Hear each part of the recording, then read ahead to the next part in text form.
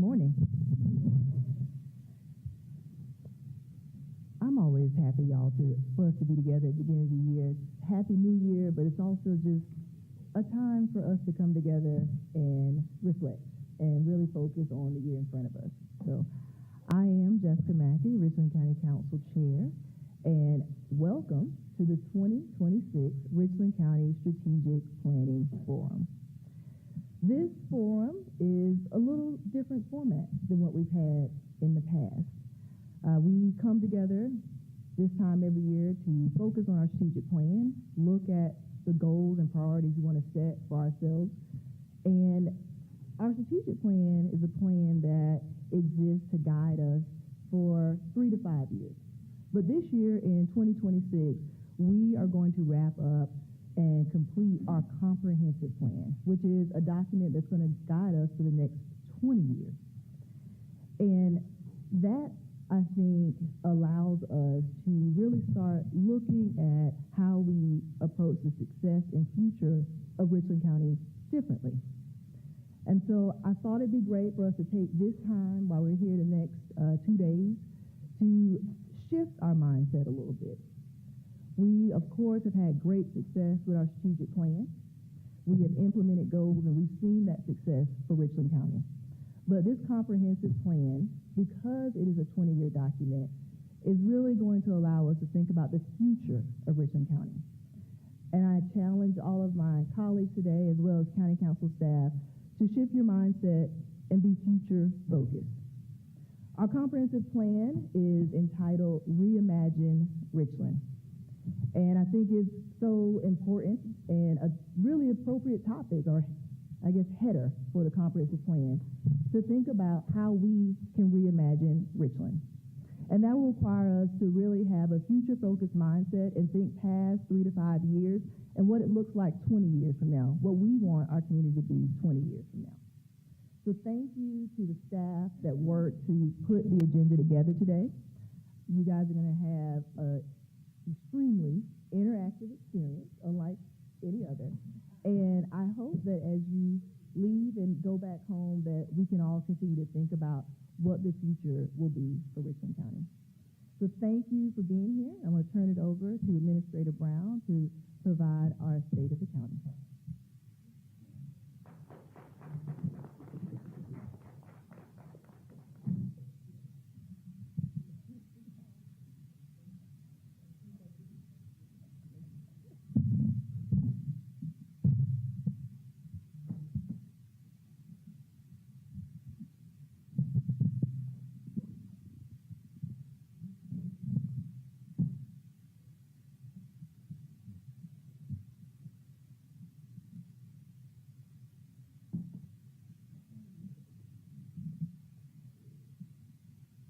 Good morning, honorable members of Richland County Council, all of our elected and appointed officials who serve in Richland County government,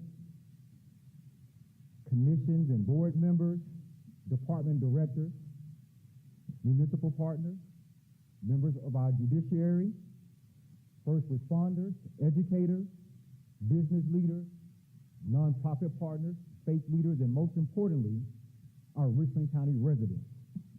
To all attendees who are here and present under the sound of my voice, and those who are joining us online, thank you for being here this morning.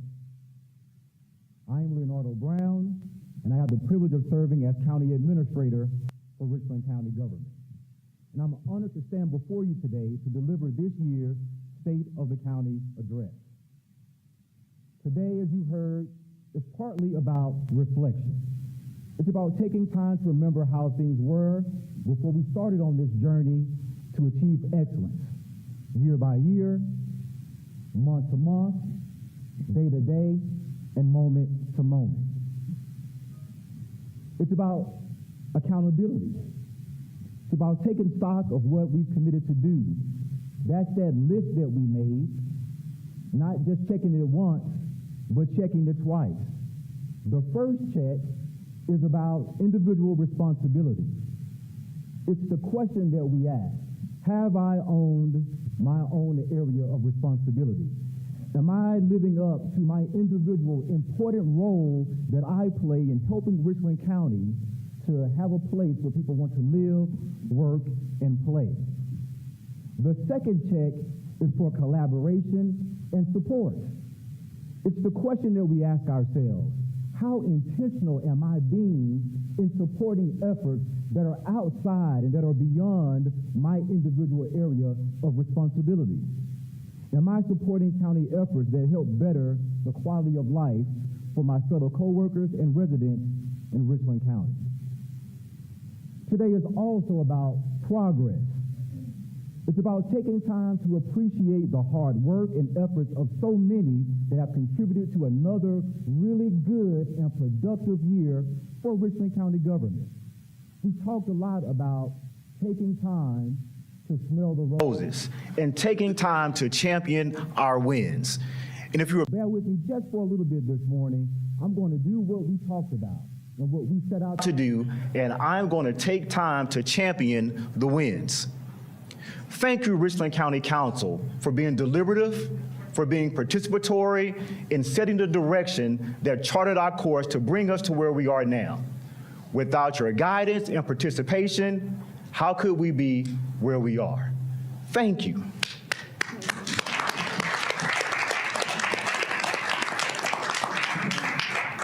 Thank you, department directors, department leaders, and county staff.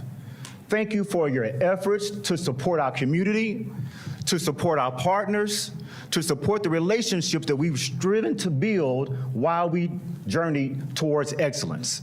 Thank you for your time, and thank you for your continued commitment to helping our county council move forward. Thank you.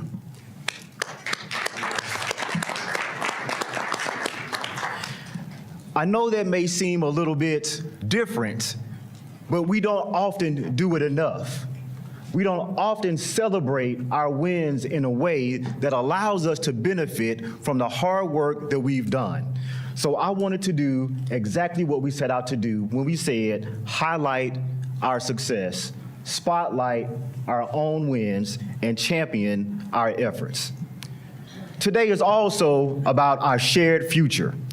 It's about setting the direction for the path we will take to achieve our goals, using comprehensive and strategic planning to inform and guide our decisions. The state of our county is not defined by a single statistic, a single project, or a single vote. It is defined by the daily lives of our people, by whether families feel safe in their neighborhoods, whether they can find jobs, good jobs, whether they can afford housing, whether their children can receive a quality education, and whether they trust their local government is working hard for them. Today, I want to talk about where we are, how we got here, and where we're going together. So, let's talk about the big picture and how Richland County shows up. Despite the challenge of recent years, economic uncertainty sometimes, inflation, workforce shortages, public health pressures, and growing demands on local government, the state of Richland County remains strong. We are strong because of our residents who are resilient. We are strong because of our public servants who show up every day. We are strong because when challenges arise, this county, Richland County, does not look for excuses. We look for solutions and we drive them home. This past year, your county government focused on 3 guiding principles contained within the goals of our strategic plan. Fiscal responsibility, which simply means we made sure that revenues and expenditures balanced and that any debt we had could be kept at sustainable levels. Service excellence, meaning that we focused on the ability to consistently meet and exceed customer expectations. And long-term sustainability, meaning that projects and plans that we put in place today, we want to be able to survive into the future. These principles guided every budget decision, every policy discussion, and every strategic investment. And because of that focus, the state of our county today is stable, improving, and forward-looking. let's take a moment and talk a little bit about fiscal health and responsible stewardship. So let me begin with the thing that we all talk about, and that is county tax dollars. This year, Richland County maintained a balanced budget while continuing to deliver essential services. We did so without sacrificing our reserves, without compromising our credit rating, all while preparing responsibly for the future. Richland County maintains a AAA bond rating with both S&P Global and Moody's. And did you know in 2025, Richland County was awarded the Government Finance Officers Association Certificate of Achievement for Excellence in Financial Reporting. Thank you, Finance Director Stacey Ham, to you and your team for a job well done.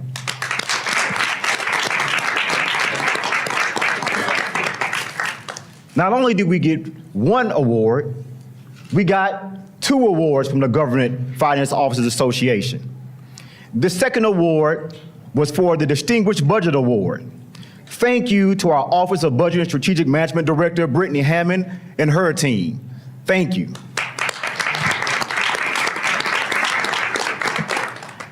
As you can see, our county continues to maintain a strong financial position with a healthy fund balance that protects us against economic downturns and emergencies. These reserves are not excess, they are safeguards. They ensure that when disaster strikes or revenues fluctuate, services do not collapse. We also continued our commitment to transparency and accountability. Every department was required to justify its request for new personnel, new equipment, new vehicles, new facilities, and any increase in budget dollars. As we continue to increase efficiency across the county, internal and external recipients of county tax dollars will be challenged to develop measures to evaluate every dollar for impact. And programs will be measured not just by cost, but by results. This is not about spending more or spending less, it's about spending smarter.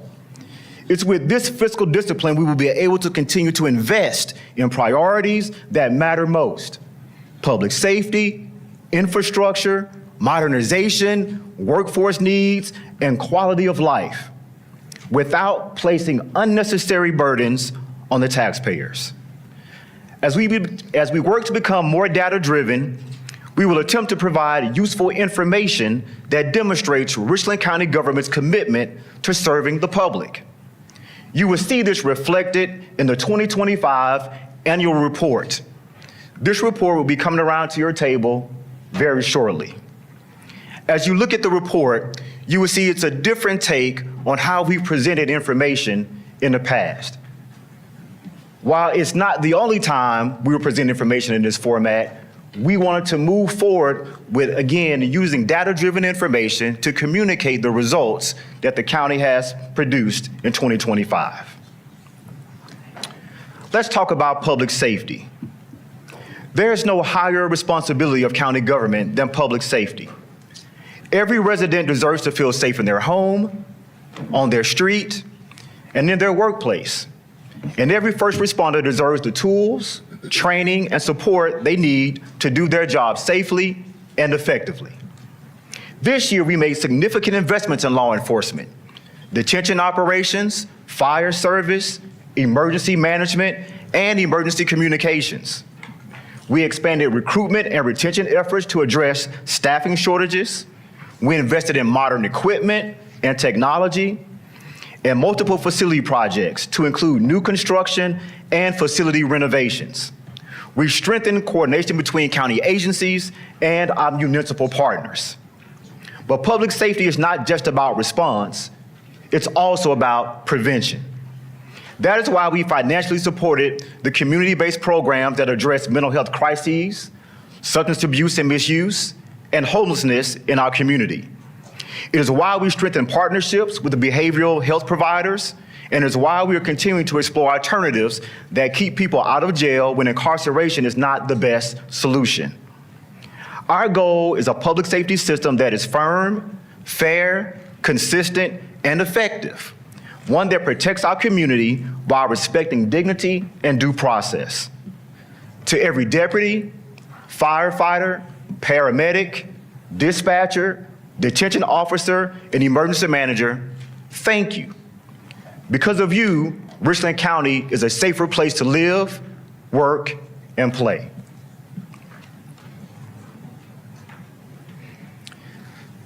Let's talk a little bit about infrastructure. Infrastructure, looking to build today with a future for tomorrow.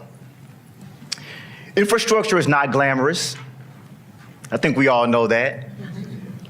But it's essential. Roads, bridges, sewer systems, stormwater, facilities. These are all systems that allow a county to function at its core. For a period of time, it's no secret that across our state, it was common for infrastructure needs to be deferred rather than maintained. But Richland County has been intentional in tackling old infrastructure issues with an eye towards the future.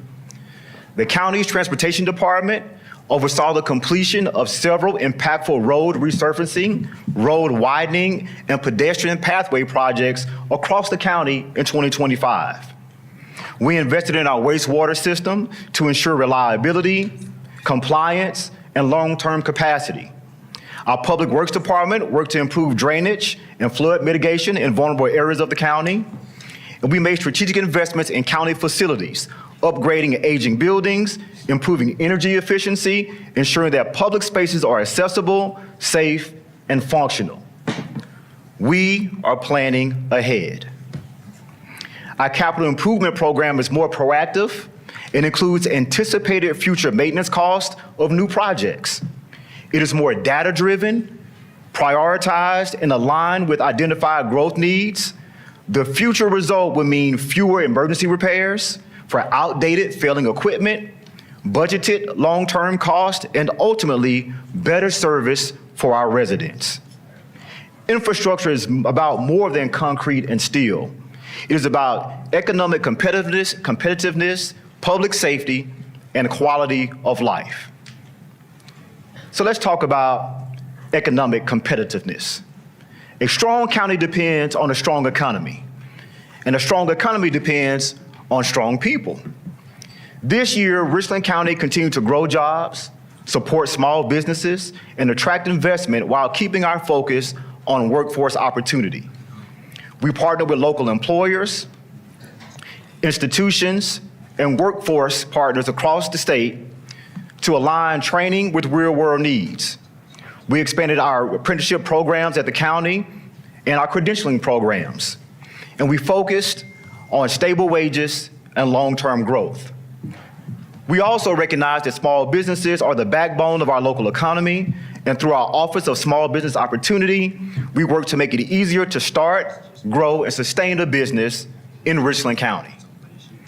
Economic development is not about chasing headlines, it is about creating opportunity for our residents, and that includes ensuring that economic growth reaches every part of the county, whether it's urban, suburban, or rural.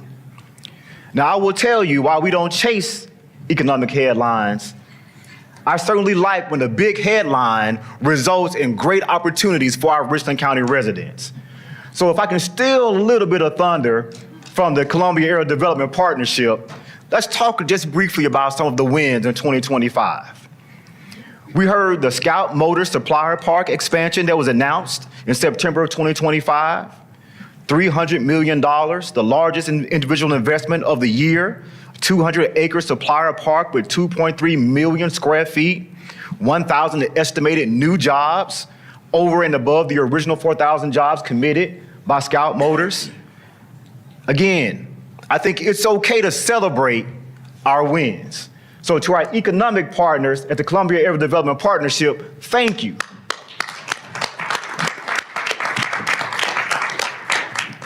A few more highlights, and I don't want to steal all of their thunder. But we also saw investments within Richland County from expansions from local businesses who are choosing to remain in Richland County, such as Avantech, who brought in roughly $3.7 million and 65 jobs. In addition to that, we heard about Manchester Industries, a new industry to our area, $4 million in investments, 25 jobs.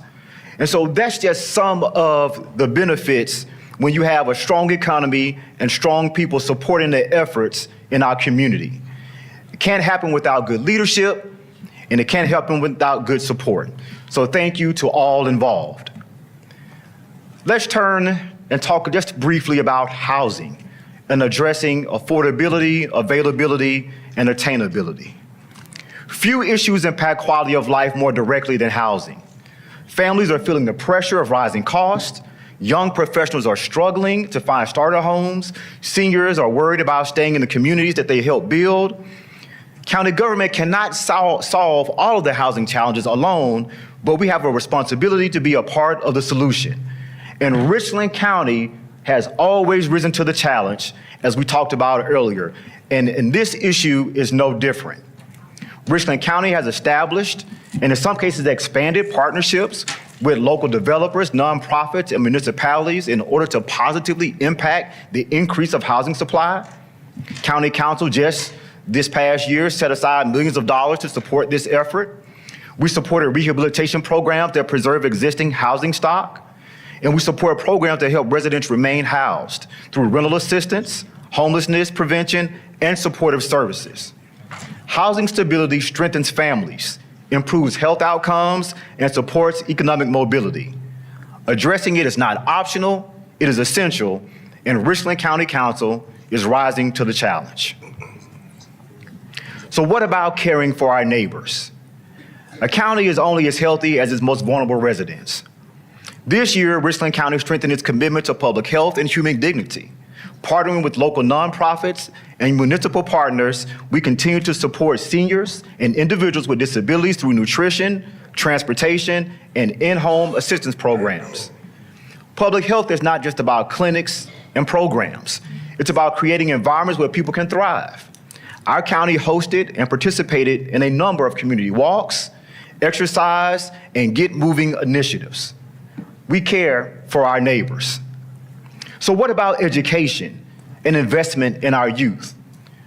While counties may not run school districts, we play a critical role in supporting education and youth success. This year, we partnered with all of our local school districts in Richland County to sponsor substance abuse and misuse prevention training and education materials for all school districts in Richland County.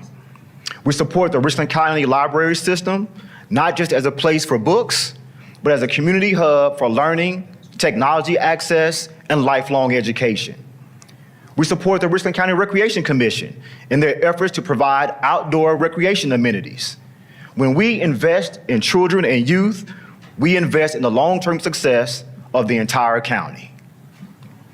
So what about environmental stewardship and resilience? Our natural resources are not just assets, they are our legacy. Environmental stewardship and economic growth are not competing goals. When done right, they can reinforce each other. And we are committed to leaving Richland County healthier and more resilient for the next generation. Richland County is a government that works. At the heart of everything we do is service. County government should be accessible, responsive, and effective. It should solve problems, not create them. This year, we improved customer service across departments, modernized technology systems, reduced times that customers have to wait on county business, invested in our workforce through training, professional development, and competitive compensation, because the people who serve this county deserve our support. We also strengthen transparency and public engagement, because we know trust is earned through openness, consistency, and results. And let's talk about results. Did you know that through the Ombudsman's office alone, over 45 employees receive written compliments for the service that they provided, many of them receiving multiple compliments. This is a testament to the service excellence across the county of Richland. And what about training and development? Richland County this past year had over 229 employees go through our management training for supervisors, people who are help leading our staffs as they try to lead in an excellent way. And with the NACO High Performance Leadership Training, we've had over 62 of our leaders go through that training. These are just a few of the training opportunities that Richland County has put forward to help make sure we can provide excellent service by having trained professionals. So let's look ahead. You heard Chair Mackey talk about moving forward with our comprehensive plan. As we move forward and look forward to the future, I'm excited about the culmination of the comprehensive plan process. And I'm looking forward to how it will help shape our strategic direction. As I come to a close, that's my first and final, I don't have multiple closes. I want to say that we know that Richland County, as a government, as a collective group of individuals, it's not perfect. But I can tell you, we are promising. We are a promising, individual, collective, unified group looking forward to increasing the quality of life for Richland County residents. We know that our actions are defined by showing how much we care, by how often we show up, and by how consistently we show up. We have a shared belief that tomorrow can be better than today. And I thank all of you, Richland County Council, Richland County staff members, team members, the community of Richland County, for entrusting me in the leadership role of this great organization. Together, we will continue to build a county that is safe, prosperous, inclusive, and resilient for everyone. As I've said before, and I stand firm on saying it today, Richland County is resilient, Richland County is strong, Richland County is united. United in our purpose, united in our calling, and united in our service to the residents of Richland County. Thank you.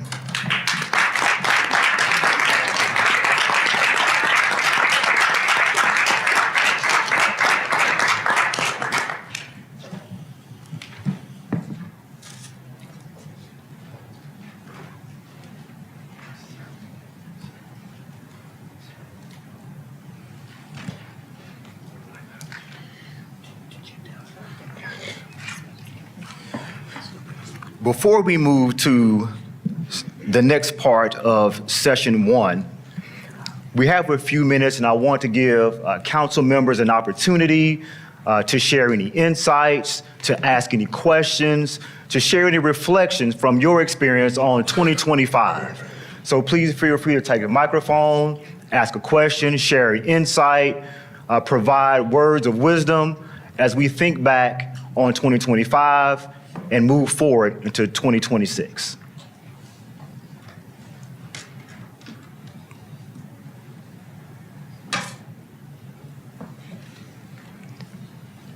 I have no takers, and that's okay. Hopefully what you've been able to see in the annual report, in the video that's playing behind you, in our social media pushes, that Richland County really had a productive year in 2025. It's no small feat for a county of our size to have so many different things happening at the same time and yet to have them be successful. It does take a concerted effort, and we do appreciate all of you who are a part of that. You've often heard it said it starts at the top. As our policy leaders, you're the top. We appreciate the time and the attention that you give to the residents of Richland County through your service. And we look forward to the rest of our strategic planning forum to hear what the policy direction will be going into the future with our comprehensive plan. That concludes the state of the county, and we will now take a brief pause before we move into session B, the fiscal update.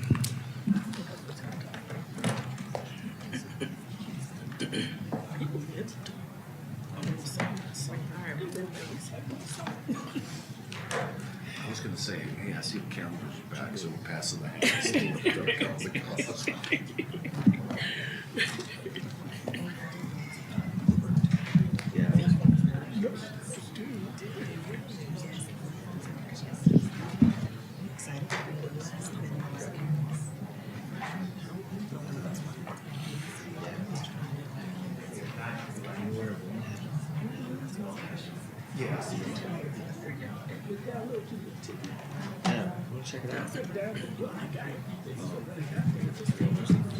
Say don't allow.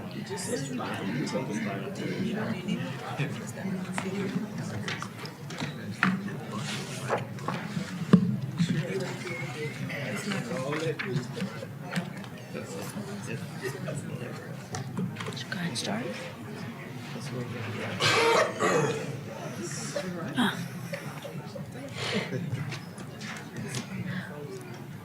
Yeah, it doesn't. Once everybody gets their drinks and everything, then we'll get started.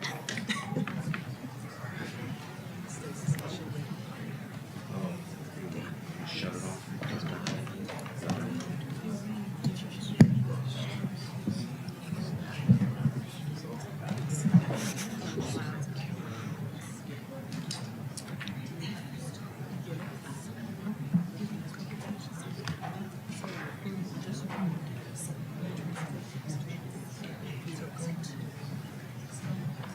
Yeah, you're right. It won't go past this.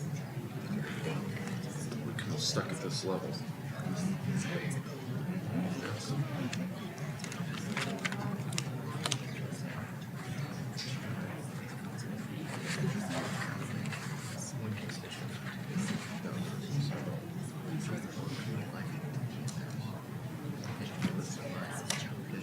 How do you get back? Go ahead and start. Go ahead. Okay. All right, we'll go ahead and start with the financial update. I'm Stacy Ham, the Finance Director at Richland County. The first items we have, these are the current fund balances. They are unaudited. We are finishing up our audit, and it will be done before the end of the month. But these are pretty close to what the numbers, final numbers will be. As you can see, our total fund balance for the general fund went up about $5.2 million, which is very good. We were able to bring in a little bit of extra revenue and watch some of our expenditures. So we did move ahead with our fund balance. If you have any questions on any of those, for the general fund, we can go over those in toward the end. In the special revenue section, there are several of them that went down, but all of those were actually planned uses of fund balance that we did. So for mainly capital items, so you can see that several of the ones like fire went down, emergency telephone went down because we had quite a few capital expenditures during the year. But that was all planned in our budget, so nothing unexpected for those downturns on the fund balance on those. We're actually using it for the reserve for what it's meant for. Couple of the ones that went up, we had transportation went up. We ended up bringing in about $67 million, and we spent a little over $25 million actually on projects. We got a lot of big projects going on, and we'll hear about that later this afternoon. But so the fund balance actually went up on the transportation. So it's up to $370 million that we're holding right now for all the large projects that we have. And the solid waste is coming out. It's only negative $2.6 million, which we're almost back to positive on this solid waste fund. Broad River strong and the airport strong. They had fairly consistent fund balances on that. Are there any questions on the fund balance? Just in general, where You are gotta we? bring it closer, Miss Livingston. What's that? So, 'cause you have to get really close when you hear you. You can pull it out. All right. Can you hear me now? Yes, sir. Yes. Looking at our, in reference to our fund balance, where are we within our policy numbers? Are we close to the? Oh, yeah, for the general fund, yes. For the general fund, with our current year, we are at, with the increase, we are at around 26%. So we were finishing up the year at 26%. So we're within the 20 to 35% range, which is our policy. So, yeah, it did go up a little bit. Any other questions? All right, go next. This is our outstanding debt. This is as of December. There will be payments made in March, but they have not been made yet. So this includes our new 25 bond that's there for capital projects, the $70 million. So the total outstanding debt is 206 million. And then, of course, we got the fire, and then the enterprises utility has about almost 49 million outstanding. And then we have the IP revenue bond, and then the hospitality, which is being paid off this year. It will be paid off in March. And then the transportation bond will make this payment, and we'll have 2 more years, and then it will be paid off in 28.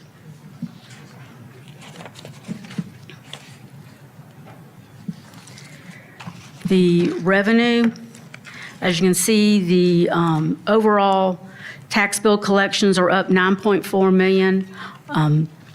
The amount of bills, there's still about 173,000 bills that were collected between now and November. So we've had maybe 600 bills more than we did last year. The increase is related to the increase in the millage. So there is the overall tax bills and then the general fund amount. So it's up 1.7 with the additional amount of the millage. And then the FILO bills actually went up 2.2 million from last year. There is a large collection in 25 because there were about 8 bills that were some corrections for prior years. So those are actually like 23 and 24 bills that were being collected through November. So that's why you kind of see a big jump for 25 related to that. And then our local option is up 1.8 from where it was last year. Last year we were up about 900,000. This year up 1.8. So the tax dollars for the local option sales tax is coming in strong from last year. Any questions on the tax collections? Stacy, if I could remind all of our council members, ACA Thomas, if you could turn on your mic, I don't think it's on. coming on. If I can remind all of our council members that local option sales tax is a direct reduction in your county taxpayer's bill. It is a credit that is issued against the millage. So as that number goes up, your residents will get a larger decrease in their tax bills, even though they may not zero it out completely. So even though our millage did increase, the tax bills are reduced by that additional funding that we collect on local option sales tax. All of that, every dollar of that goes back to taxpayers. Yeah, it's 100% tax rollback is what the council voted for when we voted for the loss. So yeah, so as that goes up, then that credit will go up each year that the taxpayers get on their bills. All right, I went ahead and skipped ahead since we were already talking about debt and all. This is our debt limit. This is as of June 30. We had 60% of our debt limit issued, and then we actually did issue that bond on September 30th for $70 million. But with the increase in the assessment, because this will be based on the 25 assessment, and the payments that we'll be making in March will be freeing up $19 million with all the payments that we'll be making in March that relate to our 8% limit. So with the payments and the new assessment, our debt limit will be around 85%. So we will have some capacity to issue. The only thing to remember, when you issue the debt, we do have to pay it back. So we have the millage for the debt service. So if you issue stuff, you got to make sure you have enough unless you are going to increase the millage. But if to stay within the millage that we're bringing in, you'd have to structure the debt if any additional debt was going to be issued to stay within that millage unless you wanted to increase the millage. But so we did end up going from 60 up to 85 with the new debt that we have issued. So we're up there some. And that's all I have for right now. Are there any questions on any of that, any of the debt limit?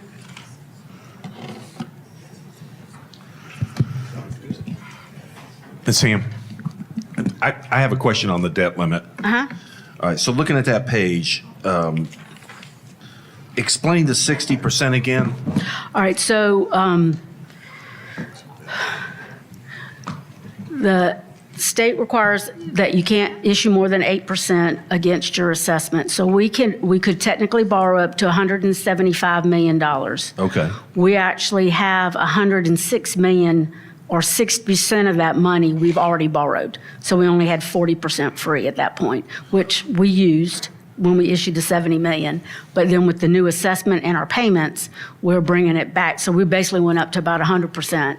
And then we are bringing it back down to 85% with the payments that we'll be making in March and the new assessment for Okay, so 2025. 175 is the cap, I got that. We're out 106. So that give or take, we have 65 million borrowing capacity? Is that what we're saying? Yes, Okay. yes. So And we it's- borrowed 70. So. Wait a minute, repeat that last line. Wait a minute.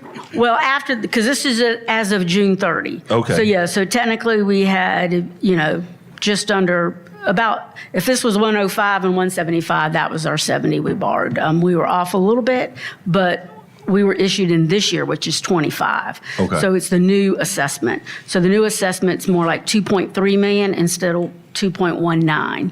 So with the new assessment for 2025, which is 203 million, that leaves our available 8% at 184 million. So that's Instead of the 175. instead of the 175. Okay. So for FY26, our limit is 184 million. So correct me if I'm wrong, give or take, we've got 75 million bonding capacity still?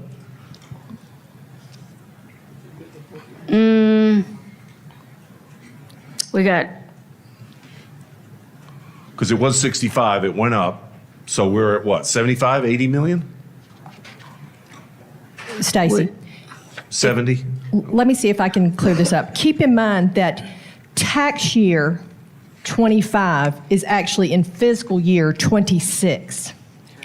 So the assessed value in tax year 25 went up to the 2.3 million, 2.3.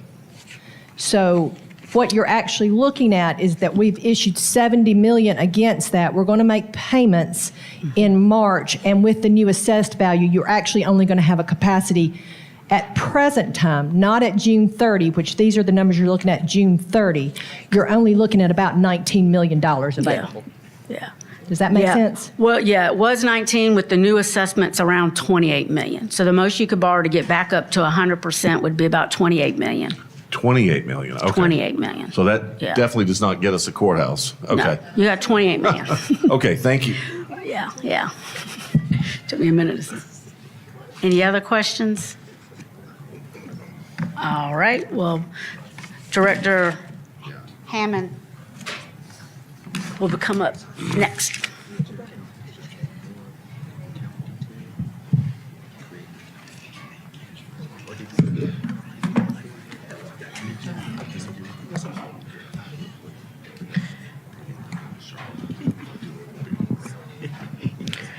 Good morning, County Council, elected and appointed officials, department leadership. Thank you so much for having us here today.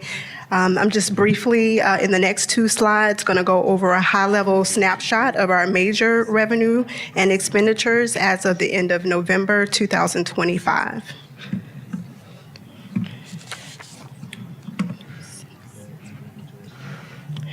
Our total revenues are budgeted at approximately $255.9 million, with $46.9 million collected to date, or about 18%, leaving 82% to be collected. Our total expenditures are budgeted at approximately $255.9 million as well. That's our balanced budget there, with about $89.9 million spent to date, or about 37%, which leaves 63% remaining for us to expend.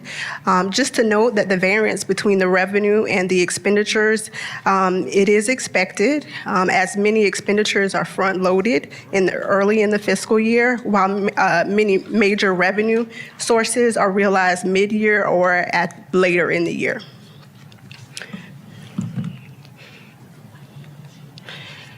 This next slide is for our expenditures.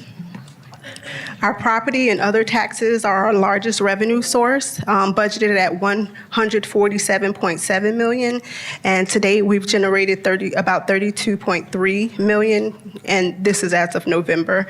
So the collections are time-driven, and they're expected to increase later in the year.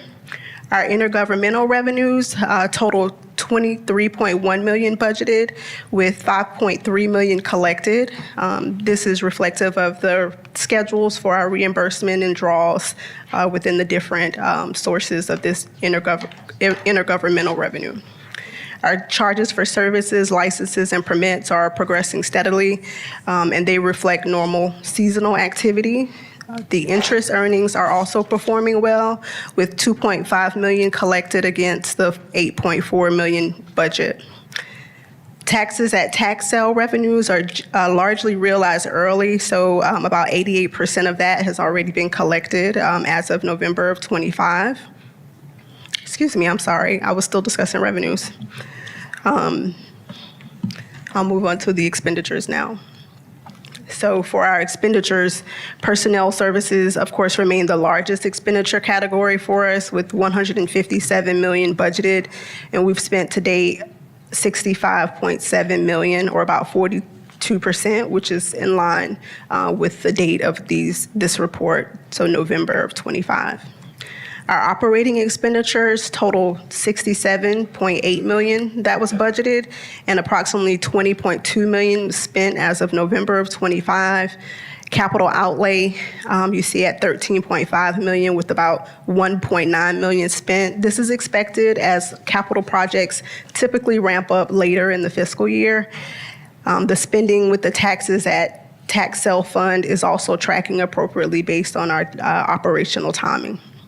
So as of the end of November 25, our revenues and expenditures, they are tracking largely as anticipated. There are no significant variances or concerns that we see at this time.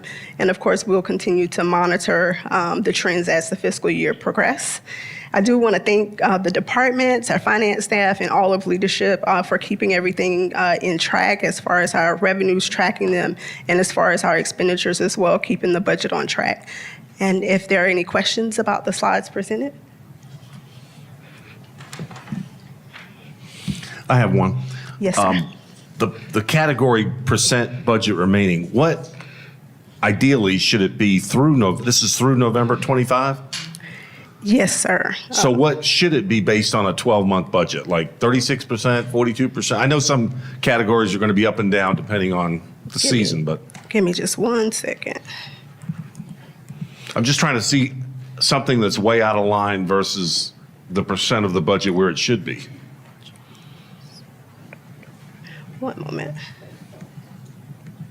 At the end of November, which this reporting would have been, we would like to be at about 41% burnt at that time as a burn rate. So you can see in the percent remaining, most everything is over 41%, which would signal that they're doing well.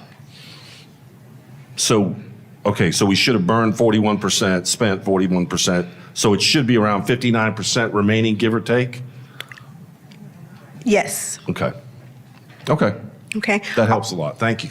Yes, sir. Also, there's a comparable to 2025 listed in the far right-hand corner. So this is where we were at 25. And so if you compare the third to last column to the last column, you have a comparison there for the 2 fiscal years.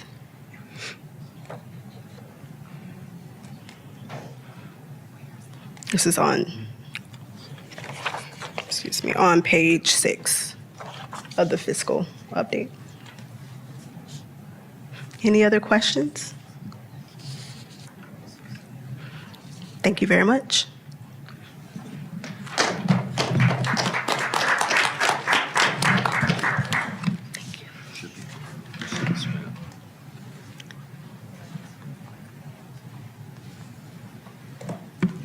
Good morning, everyone.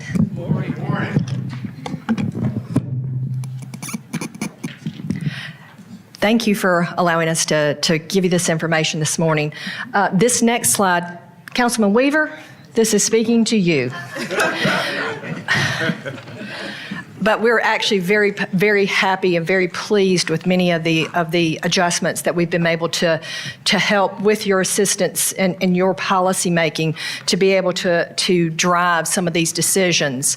So I want to talk a little bit about some of the efficiencies which ultimately result in cost savings to the county.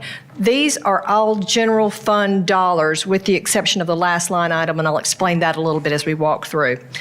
But our procurement department does a phenomenal job when it comes to our contracts and the negotiations of those and actually saving money. We have been, as you know, our medical costs at Alvin S. Glenn Detention Center are exorbitant. Because we have to provide a level of care there to these individuals that's actually above what some of the people in the private sector would actually receive if they were out in the general population. So in our contract with our vendor that we currently have, there was an escalation clause every year of 7%. Keep in mind that at the time that we entered into this agreement, we didn't have a lot of options for service there. So this year, as we've been working with them for now 2 years, we went back and we negotiated with them. I'll call out Jennifer Ladishkin specifically because this was her negotiation. She actually was able to negotiate this year for a 0% increase in that contract, and that's going to save us about $641,000 this year that we will not see in increases.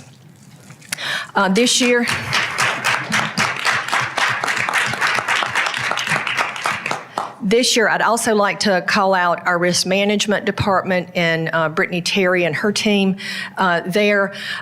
We actually every year shop our property insurance. It's the one area of our insurance or of our insurance coverage where we don't carry 100% of the cost and 100% of the cost of claims for that, just because of the value of our buildings.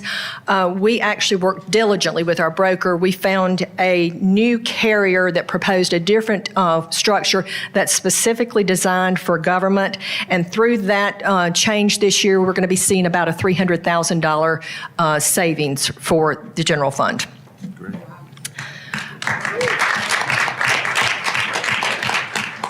Next, I want to call out our operational services group. As you know, we have been investing money in improvements at Alvin S. Glenn for the last several years. But the plumbing improvements there that we've been able to make were instrumental. We actually put in a new water system that actually limits the flow of water if it's being used inappropriately into the cells. We actually were able to identify leaks. So Director Williams and his team have been working diligently to complete these programs. We will be bringing the last 3 dorms online this month. So we'll see. We should see this number go up even larger. We are seeing an annual savings in water and sewer costs there of over $650,000.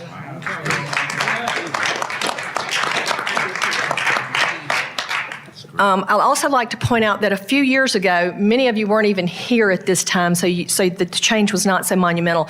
The county went through a process to evaluate our health insurance. We had been privately insured, carrying a private coverage for many years. While the coverage was very rich, it was also expensive for our employees, and it was even more expensive for the county. I was able to locate some data that had projected a cost that we would incur for health insurance through 2030. 32. According to that, we should now be paying about $35 million a year in costs. Ours currently is less than 15. It's in the $12 to $13 million range. So annually, if you take those savings from 2023 to 2027, our average savings per year is $5.6 million, all of which has gone back to our employees. So I thank HR and Director Harley, who could not be with us for that, for working us through that process.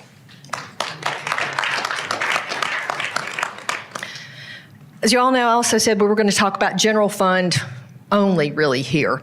We have many funds throughout the county that actually generate revenue, and the county general fund provides services for them. This is services like our legal department, our payroll department, our finance department, our risk management, our procurement.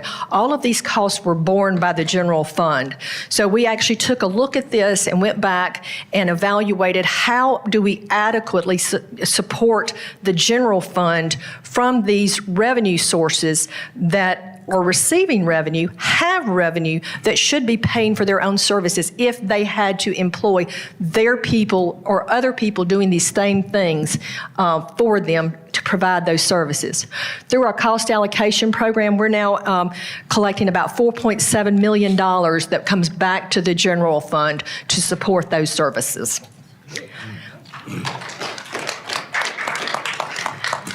Each one of the costs that I've referenced previously are annual savings. So these are savings that will continue in the future. I can't say they're going to stay that much. Depends a lot on the cost of services. It depends a lot on what happens in the market.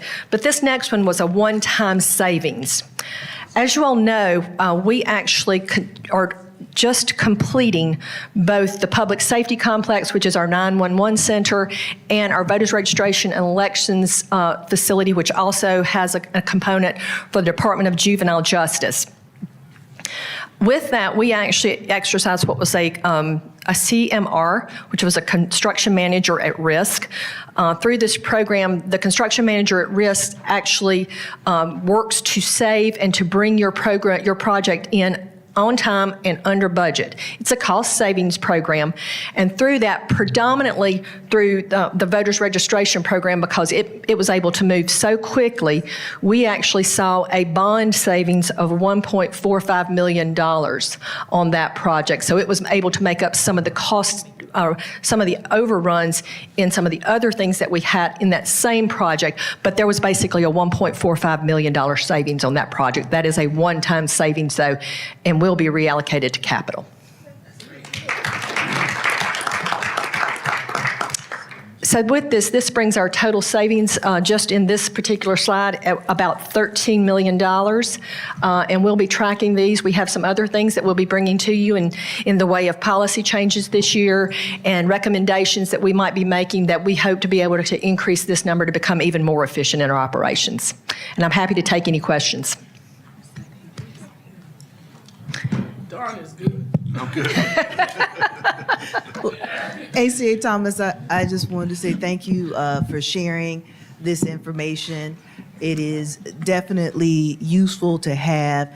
And just, I appreciate the efficiency part. And so understanding that staff is not working to just cut services, but that we're actually looking at how are we being more efficient and still delivering to our residents. So thank you for taking that approach with staff and being able to show us how we can be efficient with what we have and still deliver quality service. So thank you. Thank you. Madam Chair. Thank you. I really just want to highlight the PIBA insurance savings, and I'm not sure if you know this or not, but the savings to the employees, I think, is probably one of the greatest things that we can do.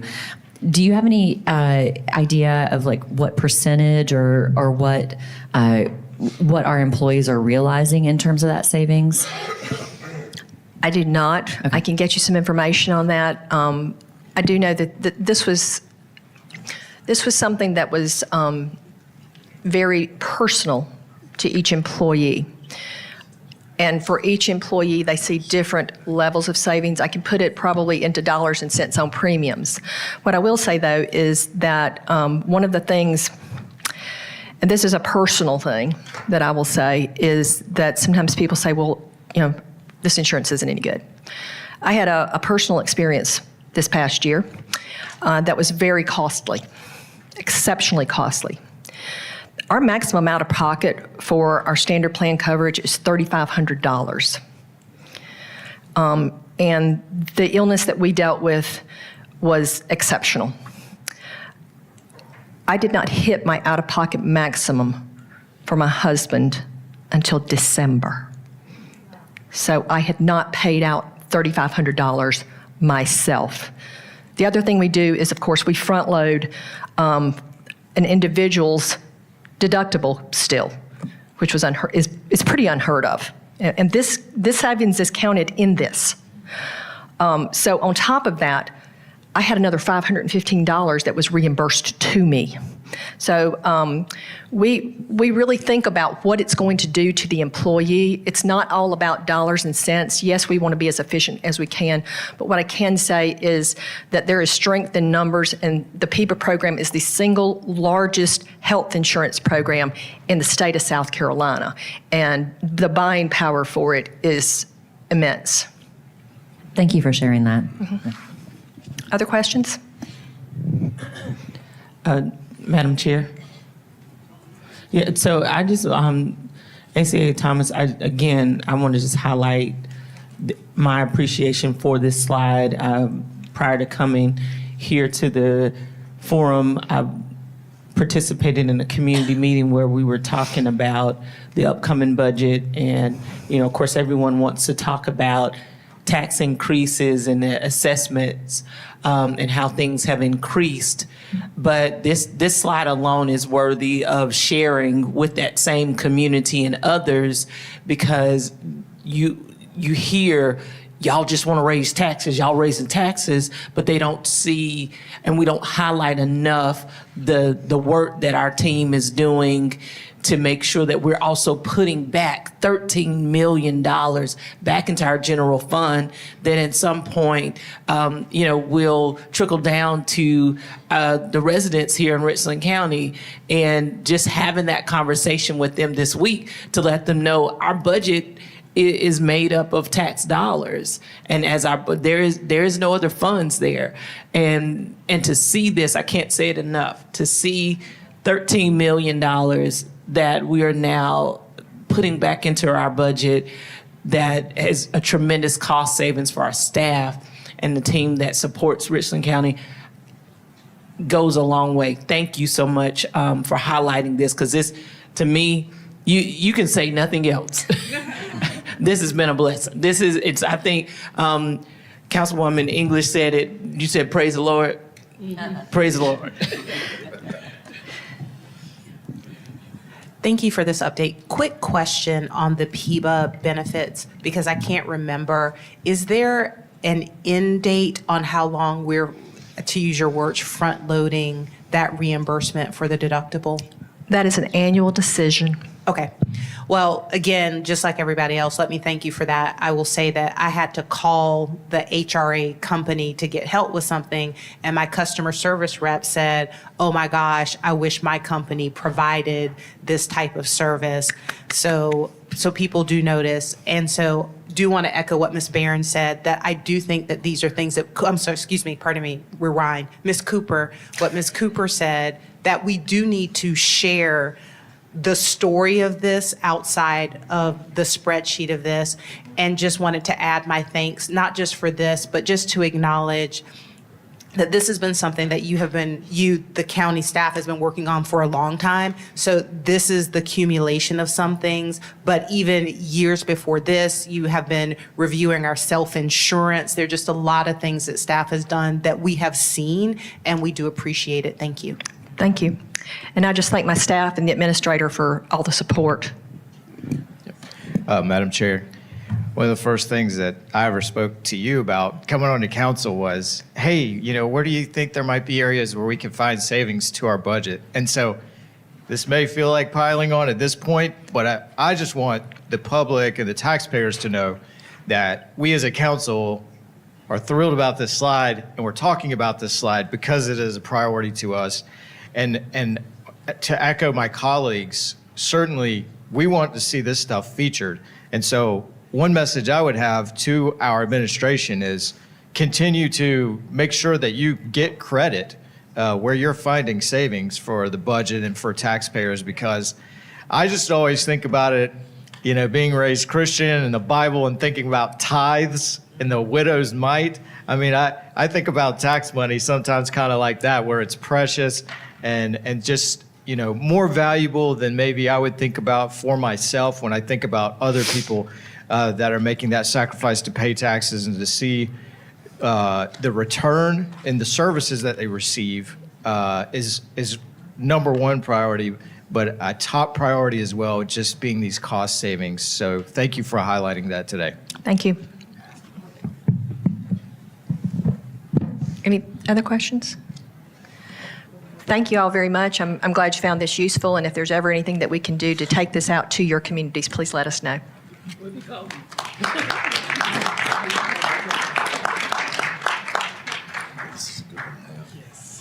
So this brings us up to the 10 o'clock break. So if you would take a few moments or minutes to take a break, refresh, and come back prepared for the next session. Thank you very much for your attention. The break begins now. That's a good one. Speaking of that, I asked for that last year. Earlier this year, I forget, but that's exactly what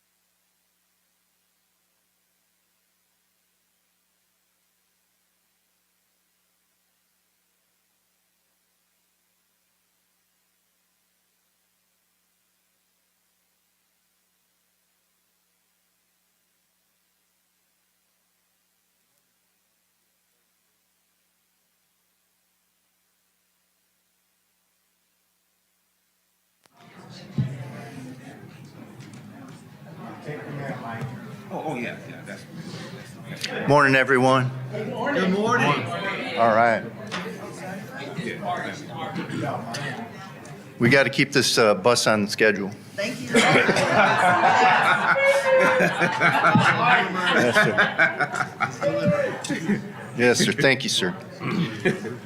Yes, sir. Good morning, ladies and gentlemen of council, the cabinet team, the executive team, and all the staff. Good morning.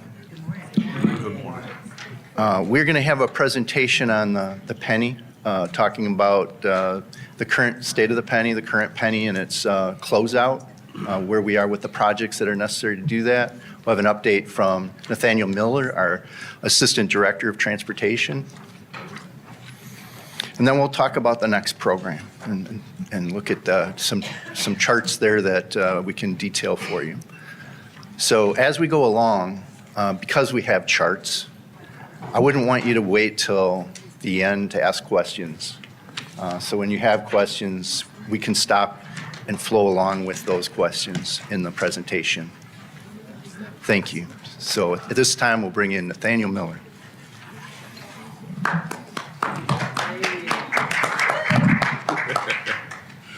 Good morning, team. How's everyone? And once again, Happy New Year. I'm going to go ahead and present this morning current project status updates within the Transportation Department. So roughly, currently, we have 7 projects in construction. That's Atlas Road Phase 1, Blythewood Road widening, Decker Woodfield NIP Hunt Club, and this will span over 3 districts, 3, 8, and 10. And this is roughly half a mile project, sidewalk project with 5-foot wide sidewalks.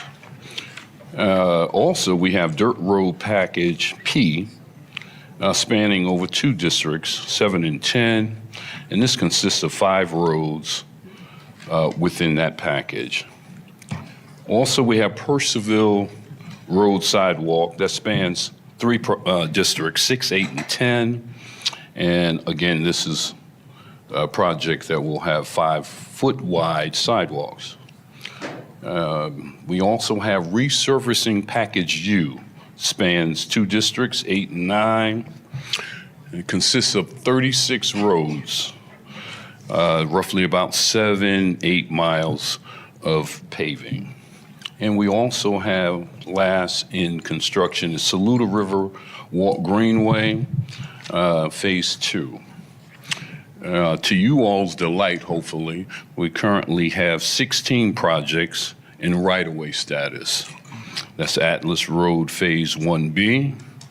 And actually, we're looking at moving that within the next couple of weeks to construction.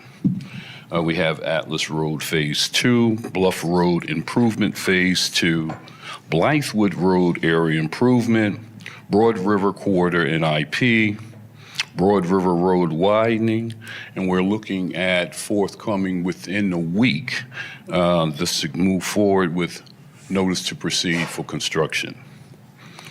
We also have in right-of-way status, Clemson Sparkleberry intersection, Crane Creek Greenway, Decker Woodfield NIP. We also have Gills Creek Greenway, Lower Richland Boulevard widening, that's in right-of-way, Pineview Road widening, which is in right-of-way, and we're looking to close on our last piece of parcel that we need to move to construction. We have CERN Phase 2 is also in right-of-way, Smith Rocky Branch Greenway, which is in right-of-way, Spears Creek Church Road, which is in right-of-way, and Trenham Castle, Newcastle, and we're nearing construction of that, and this is 5, we're nearing to go into construction, pardon that, and this is going to consist of 5 miles of sidewalk. We also have, in conclusion, 8 design projects. We have Crane Creek NIP, Decker Woodfield, Dirt Road Paving Package Q, which is going to consist of 5 roads, Jackson Creek Greenway, Kelly Mill Road widening, Polo Road widening, Shop Road Extension Phase 2, and Shop Road widening. And actually, we're looking to move that into right-of-way status within the ensuing weeks.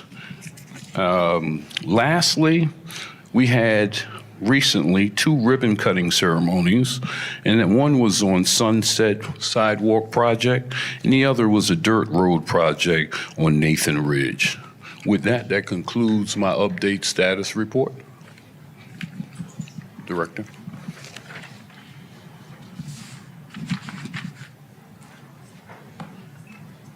And again, if there are any questions along the way, feel free to ask. Yes, sir. A question? Yes, sir. Mr. Brent.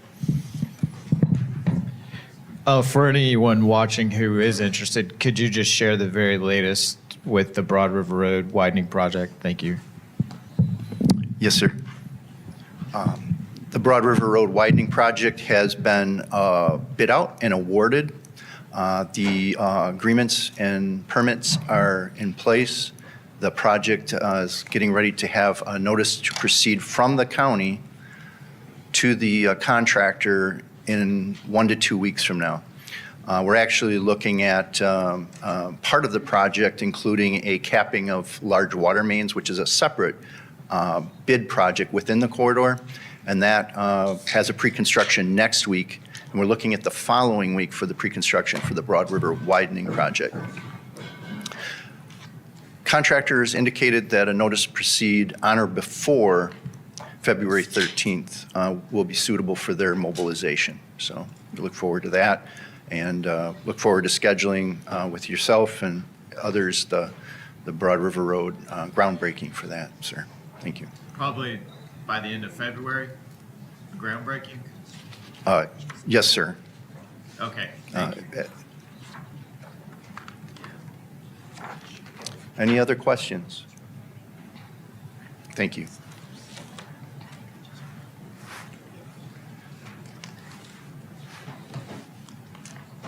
So the next slide is kind of looking at the Penny One collection period based on the years that it actually collected revenue. So starting in fiscal year 14 on to fiscal year 27. So you can see how the revenue on the Penny started at 52 million a year. And if you had a full year at the end of 27, which we don't, but it'd be up around 112 million a year. So if you kind of took that out. So it's kind of an interesting growth, and I wanted to kind of see what kind of growth that was. So looking at the forecasting for another program. And, you know, it's, we're seeing year to year in the last couple of years growth of like 6%. And growth on a sales tax, I would assume there's other things, and I'm not the financial wizard we had up here before, but, you know, it's going to be a product of inflation and growth in the community, you know, the amount of people living here. And so it's going up greater than linear. And so that's what the next chart shows you. But also it's the prediction of when do we exceed $1.07 million or hit it. And we hit it in the end of the second quarter of FY27, which would be the end of December of 2026 calendar year. And so the next one was more of a curve fit can be used for other purposes, but that's showing the growth. Again, kind of a greater than linear polynomial curve that fit it in the fifth order. That's just something I had to say because I like math.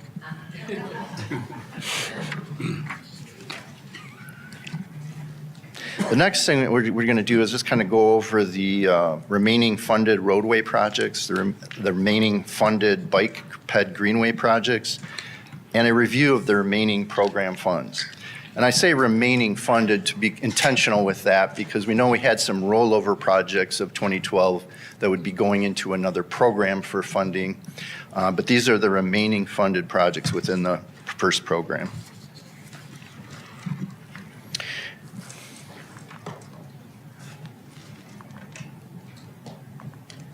So when we look at this chart of remaining funded roadway projects, we can kind of look at the prior estimate. When we did that, there was a time maybe after the referendum between now and then that staff had come and scoped projects and looked at the future, maybe in 2014 or 16 or different years in between, and they got an approved estimate. And that's what the item in prior estimate is. Then I look at the actual, these are actual expend to dates. And at the bottom, it says remaining project totals. So of the remaining project, these are the totals that are in the row remaining project totals. So for instance, on prior estimate, it says 448 million. But then below that, it says roadway totals, 656 million. Well, the difference between the two are the projects that are completed, okay, the past. But those in the bottom, and excuse my use of orange, but orange was our roadway color, and green will be on the next one. That was our greenway color. So those at the bottom represent the total expenses and the total budgets, and then the ones above that are for the remaining projects. And so it's kind of a, you know, it's not that the penny has always looked ahead, but this is totally a commitment to looking at what do we have left to do and how much money do we have to do it with. So in that, we have the columns again, remaining fund. Director Maloney? Yes, sir. I'm sorry, just a question. Yes, ma'am. Yes, ma'am. About the date, so when it says expend to date, is that December of 2025? What is the date range? Yeah, it was a time of printing the end of the month before that, so it would have been really, yeah, it would have been mid-December. Mid-December. Thank you. Mike, one more. So the total roadway expenditures will be 656 million. Is that right?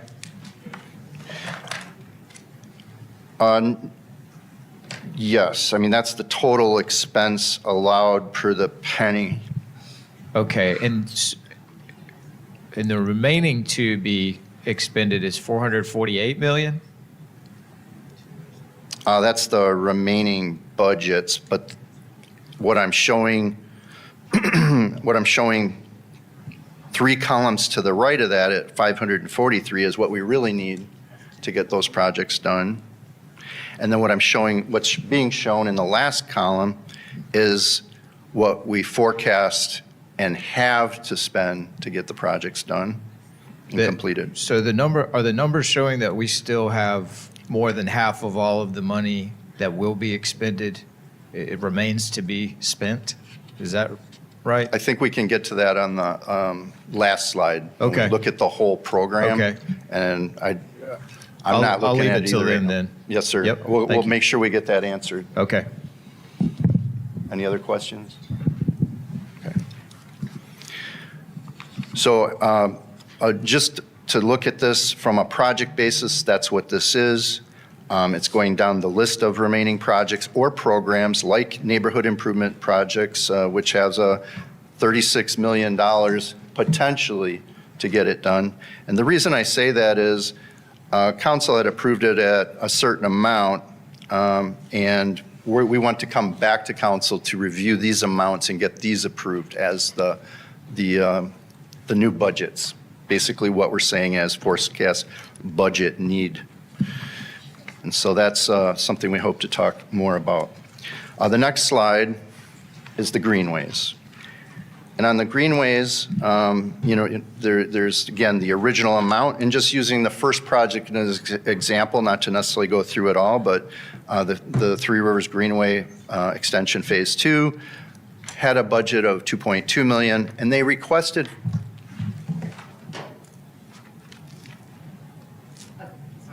Oh, yes, ma'am. Yeah, please go ahead. I'm sorry to interrupt, but I will have a question at the slide. Okay, thank you. And they had requested additional funds. We found additional funds in the bikeways program that could fund this greenway because of bikeways that had been canceled due to non-feasibility. So that provided a budget of 3.7 million, and that was just to council in the last few months. So that might be something we remember. And then we're forecasting spending is the 3.2 million because of the 432,000 that it's been expended to date. So that's how it all works, and it ends up with an amount that we'll be taking forward to look at the program in the next slide. Mr. Recio. Yes, thank you. So I just want to point out, the expend to date for these greenways that were that the voters chose to support, over, I guess, a decade ago, is fairly small when compared to other categories, and that's not a you thing. That's a previous priority thing, where these kinds of projects were really not seen as probably money makers, right? And so you can see. So I just want to. And I know there were some slides around staff and that kind of thing, and I have a feeling maybe Mr. Weaver is also interested in this too, but just want to make sure that we put the appropriate level of staff and attention on these greenways and get them done. I was really excited to see the phases that some of these greenways are in and look forward to moving those forward. So just could you speak to that? Yes, ma'am. The first project I'd mention is the one that's in construction, of course, and maybe that's not a great concern because it's in construction, but Saluda River Phase 2, they poured all the flat work on that, and they're putting in the piles and piers to build the boardwalks. The projects that haven't gotten there yet, like Crane Creek, taking us just short of getting to Highway 26, but north of the River Drive Bridge and connecting in with existing trails there. That project's ready to go out to bid. We were just meeting with the city on that this week. They want to review the changes from the comments they made, and then we'll be ready to go to bid. Gills Creek has been a fairly challenging project with a lot of moving parts. The Croson Road portion of that from Fort Jackson down has a bus stop, a Comet bus stop. So they wanted to make it bigger, but it already would block driveways doing that. So we're working that out with them, and our consultant's been doing a great job of figuring it out. We've got to figure out how to get a bus stop in there, move the lanes over, fit a 12, 14 foot bike trail in there as well that's protected. So there's also a lot with the Gills Creek Watershed Association where they want to make sure that, and their permit requires that there's no concentrated runoff from stormwater. So it has to be sheet flow. And so that's going on with that project, and everything that's been done answers all those questions that we just discussed. So we just went over that, I think it was Monday, with staff and the consultant. So that's Gills Creek, and then we're moving down past the Tech College, and we're going to look at something where we have issues on these greenways if it's partly in the city and partly in the county. For the city to take maintenance, they're looking at, we would need to annex that parcel. And so there is a parcel on Gills Creek Greenway that's landlocked. It's in the county, and it's surrounded by city. So it would make sense to acquire what we need to acquire for that trail, and that would be annexed in the city and allow them to maintain the whole corridor without any confusion. We have a similar situation at another greenway, which would be Smith Rocky Branch, which runs north of the quarry, in and out of the county with that. So we're working on that as far as maybe it could be a corridor annexation just for the area that would need to come into the city for maintenance. Thank you. And I also just want to acknowledge the reality that, you mentioned the city and that the city has had requirements that, change the price of things. And so hopefully they are working with us on what their requirements are versus what is feasible and realistic for what we need to do. So thank you. Thank you, ma'am. Are there any other questions before we move on with the overall program? Okay.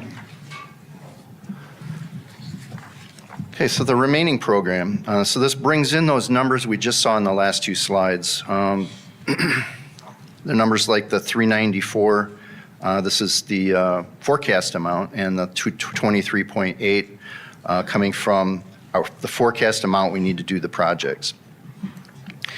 So the original penny, the 656 was the referendum amount. 80.88, that's the million, that's the referendum amount. So to answer your question, yes, that was the priority given to greenways, bikeways, sidewalks at the time. That's much changed with the current program or the next program. The comments in there, program reserve, interest minus finance costs. Why is that positive? That's one of those hoorahs. Yeah, but it'll probably. So the interest earned in the money, basically the fund balance exceeds the finance cost of the bond. The general fund payment coming back in, and of course, Stacy Ham would tell you what the miscellaneous revenue is. So those are all the revenues. So the total fund, is 1.139 instead of 1.07, and that's based on all those other things that have happened plus grants. So that's some 42 million shown for grants and wetland credits coming back in, knowing that we already had wetland bank expenses in the costs that we're talking about expend to date. So expend to date's total costs or total expenses. Then there's the net remaining out of that program with all those other revenues kind of being carried forward. The forecast from the other sheets, this shows at the end a minus 77 million. So that roadways needed more money and more funding. And these other things are going to help offset it. Bikeways under by 26 million, and bringing in the other revenues in the rows below, you end up with a balance of 48.9 million. That would be our cushion for the other projects coming in that could have inflation between now and the next few years. So, and we learned something every bid. So we had the bid on a really large project called Broad River Road widening, 2.6 miles. That's our longest widening project, going from 2-lane to 5-lane. It came in under our engineer's estimate by quite a bit. And it was kind of a note that some things have stabilized on cost, at least for that bid. In the next 2 weeks, when we open bids on Atlas Road Phase 1B, we'll see another bit of intelligence that will provide us a look forward. And we'll also fill out those columns of remaining projects going from, estimates to actual. So we'll keep up with that, and we'll let council know, what's happening with this $48 million balance. Is it going up or down? Director Maloney. Yes, ma'am. Just a question about other revenues. Like state obligation, is there a percentage that they bring to us, or? The Department of Revenue? Or are you thinking about grants and other things? Yes, or the SCDOT? Mm-hmm. So in the grants, if we do nothing, we'll have zero there. So we have to apply for each and every bit of funding that we would obtain. Okay. And for instance, Percival Road sidewalk project has 2.5 million coming in from the County Transportation Committee from state gas tax to join with about $1.5 to $2 million of penny funds to fulfill that project construction that's going on right now. And so that's an effort there where that amount is actually in these numbers where it says grants and wetland credits. So. Director Maloney. Yes, ma'am, Ms. Cooper. If I missed it, I apologize. I'm noting that you referred to it as a cushion, $48 million that we have a cushion going into the new penny, quote unquote. Am I understanding that? No, ma'am. Help me. Yes, ma'am. Help me, because I was like, when you said cushion, I'm like, where's this cushion? To complete the program. So we'll consider this a program and that a program. That has its own revenue starting at a certain date with its own list of things to do. This program is funded by the penny collected until we're done collecting it, say in December of 2026. And that is the end of collections. And that's where the 48 million comes up. And it can only fund these projects that were done in referendum of 2012. And so I know one of the things that we discussed was any projects that were not finished in the existing penny would then roll over or not. The answer is no, they would not roll over, except for those that weren't funded prior and that went over. These projects that we just discussed, and there's 8 in design still, those will get done with the current penny, even though its collection stops. Like Ms. Ham reported, it's $370 million of fund balance and more coming until next December. So coming in to get onto that. So that's the fund balance that will complete all of those projects that Mr. Miller presented, the whole phase, the whole program of 2012 referendum. Okay, and that's why I wanted to, because it was a little hazy for me, and so anyone just listening as well, to make sure that, because we put emphasis on projects that would have the priority going into the second program, but those priority are those that have not been funded. Right. And that, I think that's what's important, because we've had some conversation where people are thinking, that we're just rolling and, everything is just keep rolling over and rolling over. And I would like, if you could just take a brief moment to express, what that looks like when you talk about the programs that were not funded and how they would be implemented in the second program. Yes, ma'am. Thank you for that. I can understand looking at this and everything that it would be hard to see what is actually happening. But the point is, Program 1 revenue has to cover Program 1 projects, and Program 2 revenues would start the moment Program 1, the end of the month is how they do it with DOR. At that end of the month, that's the final collection of Program 1. And all the revenue that's been collected for it, and interest and other things we were talking about that were earned, and grants would stay with that program. So everything stays with that program. I can't take grant funding even. It's all tied to those projects. They're all part of that. When in January 1, for instance, of 2027, we start collecting that same 1% sales tax that continued on, it's starting to collect it for the whole new program, which included rollover projects from 2012 that aren't funded in this penny. And that is a dozen projects. There's 2 widening projects, there's 6 greenway projects, and some sidewalk projects. That is the rollover list. The 2 widening projects, of course, Pineview Road widening from Bluff to Shop, and Broad River Road widening project from Dutch Fork to the peak exit of 26. So those projects will take a while to get going and complete, but that will be part of the new program. So, if we were to say, when do we have funds for that? It would be the first quarter. After the first quarter, we'll get a first quarter check. So the first quarter ends in the end of January, February, March, the end of March, and so you see a check sometime in April. And that's when I would say there's funds in the bank and you can start a PO to hire someone to do something. So that would be the start of the new program, and that would be the start of the new projects in the program. And so we kind of put this slide in since the handout may have missed that, but the prior slide had a balance of 48 million. The inflation will be a force that may act against our forecasts. Backup plan is needed in case the 48 million is not adequate. indications are it would be, but we cannot predict the future. A move of a Penny One widening project that was on that list in design that Mr. Miller provided may have to move to Penny Two, something like, well, we won't even name it yet because we don't know the situation's even there.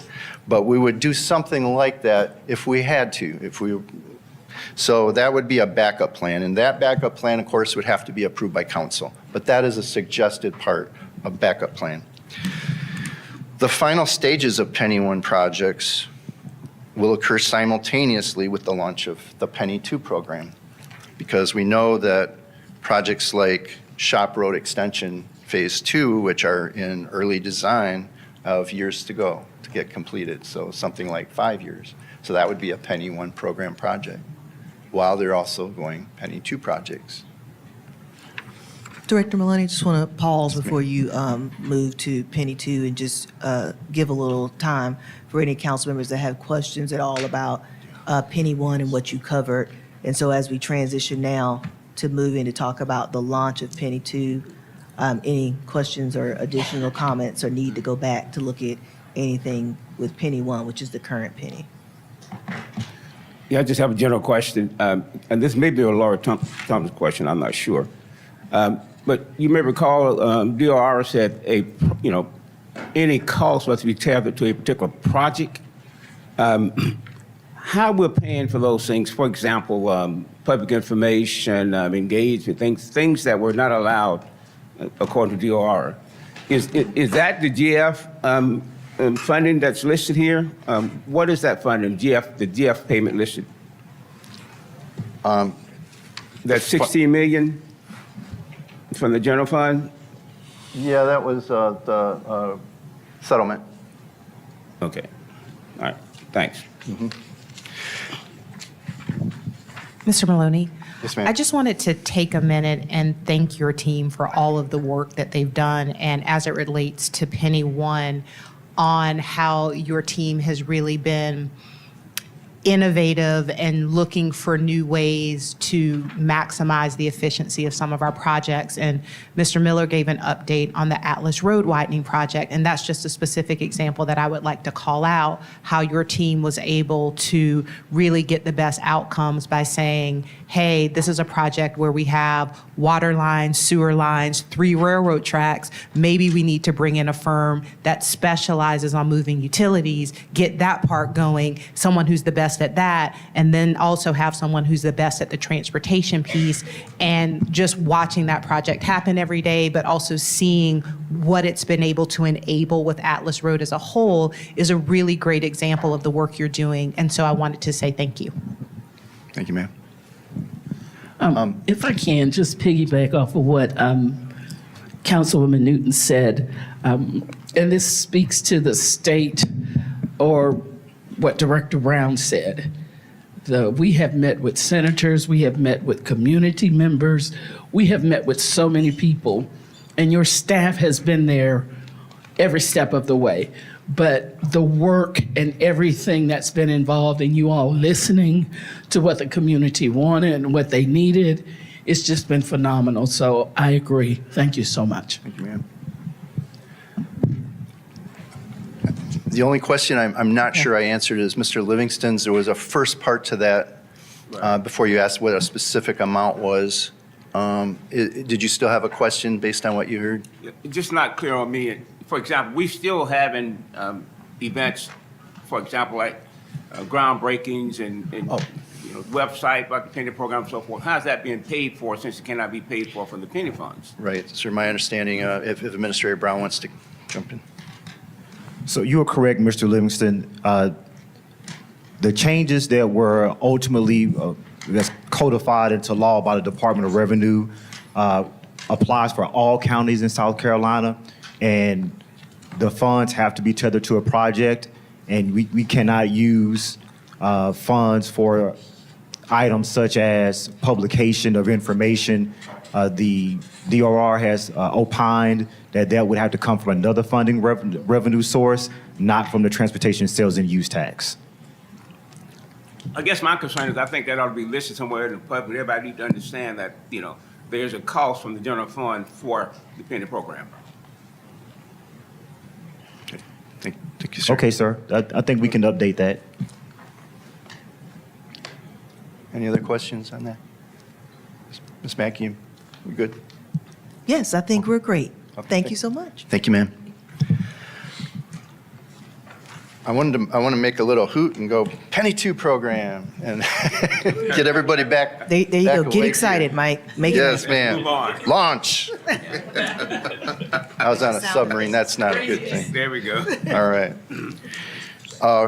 So we're going to talk about the revenue from the transportation and sales and use tax for the next program, the principles document, the guiding document approved by Richland County Council, the launch scenarios, and the scoring, a taste of the scoring results, the top projects that we had listed there. So on the next slide, because we learned from phase 1's curve, let's impose that on phase 2 and use the same type of curve. And what hit was, and I'm probably just replicating what ACA Thomas's consultant did, but it showed a hit bang right on 4.5 billion. And basically the revenue we're getting right now in 2026 is that very starting point, and that's the growth rate. That's the inflation times growth that you would need to achieve to get there. So I used to be pessimistic until I saw that 3.25% would do it. So.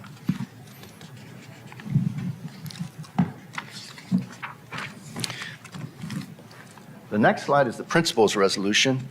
We like to call it the guide because it really helps. It says, launch the 2012 carryover projects first. So we talked about that. Develop and score needs into project plans. Needs require staff insight, appeal, investigation for areas requiring projects. Utilize studies and conduct studies where necessary, such as pedestrian safety. And I hashtag that because the county has won a federal Safe Streets and Roads for All grant, which we're currently in selection on the engineer who will lead that and the firm that will be doing that. And then there's local bike and walkability studies that we would be using for data. So that helps with that because then the next thing is looking at the 6-factor metrics and scoring the projects, but also noting that there's certain projects that score a little differently, like resurfacing and rebuilding uses something more tangible, like a pavement condition index number. And then the county also has, for its own sake, a pro rata for distributing that around the county so that it's done in all districts. And then dirt roads have that as well, a pro rata to make sure it's done based on the inventory in each district. And so that would continue with that, but some things have happened on our dirt roads over time. There was a dirt road that's unfunded, and it has 25 really big houses on it right now, and it's a connector road between 2 DOT roads, and this is just south of Blythewood. The road is a dirt road. It has street lighting that the residents pay for, some of them, and a few dollars a month to have a street light out there. So the county doesn't provide that. And I said, we will not provide that, but we would, could get that into the program in the future. Because now that road would have been, even in the first program, the #1 project. Because it was straight away, 25 homes on a quarter mile. It was a really efficient use of the money.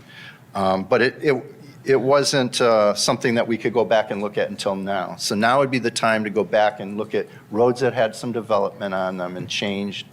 Some of the roads had so much development on there, they're not there anymore. We don't need to, we've taken them off our list.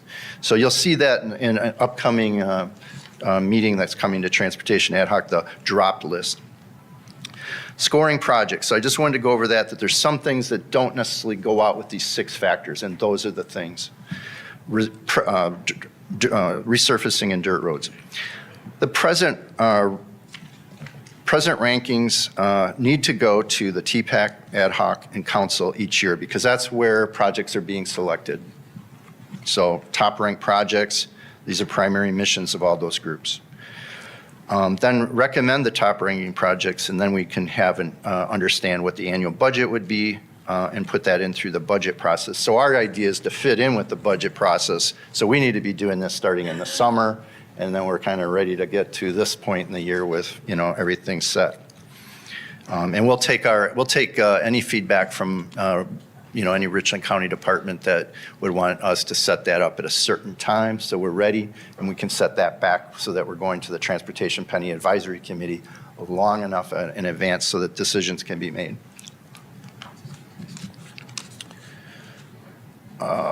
Okay, then the next one is recommending top-ranking projects in the annual budget. So I kind of covered that a bit, but recommendations are based on available revenue. So every year there's 4 checks that come in from the Department of Revenue. Whatever they total, 22% of those, each check goes out to the comment based on the new program. That means 78% stays in for the projects. Director Maloney? Yes, ma'am. Can you just explain that a little more? So based upon the time when we anticipate that we'll reach full collection of penny 1 and then begin collection of penny 2, right now, what is the anticipated time frame of receiving that first check?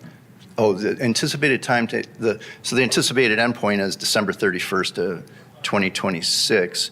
The anticipated first check for the next program would be received about in April of 2027 for the first quarter. We get quarterly checks, so it'd be for January, February, March, and likely it'll come in about April. Thank you.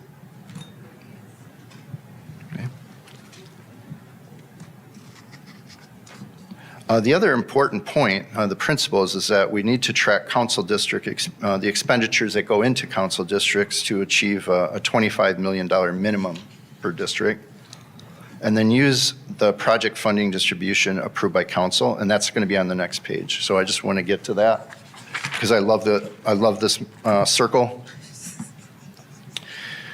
So the final decision on the split of funding was 48% to community investment and 30% to county advancement, with the comment at 22%. So of that, we have road resurfacing and rebuilding, and across from it, road widening being some of the larger things that the funds are going to. But what's so different is pedestrian safety and access, traffic safety and congestion, multimodal improvements. Those are, well, multimodal improvements and pedestrian safety and access representing over 16% of the fund is a big change from the last penny. And the principles document gives specific dollar amounts, and that can be found at richlandpenny.com to find the principles document under education. So these are just the different amounts for the different items. We got consultants to help us with the road widening, the pedestrian safety and access, the multimodal, and the traffic safety and congestion. And what you're going to find in those categories are similar. Like traffic safety and congestion has mostly its intersection improvements of all kinds. So intersection improvements don't necessarily mean adding a signal. They can be a lot of things. So those category headings were new, and we're kind of got everybody onto it now. So we're not just saying pedestrian safety and access is adding a sidewalk. It can be a lot of things that we need to improve the safety for pedestrians around the Richland County. And there's a lot of groups looking into that that are being launched to ensure that. And that federal grant I was telling you about that we have won is a big part of the county's mission in that program. But meeting with Central Midlands COG yesterday and being put on a committee with them, there's a lot of groups looking at the smart technology and other things that can be done to improve intersections and safety around Richland County and the Midlands. So if there's any questions on the fund distribution, that was set pretty clearly in the past. And then it started with the rule of do these projects first. So this is the launch the 2012 unfunded projects first. These are the rollover projects. And when we received numbers from our consultant, they were construction dollars.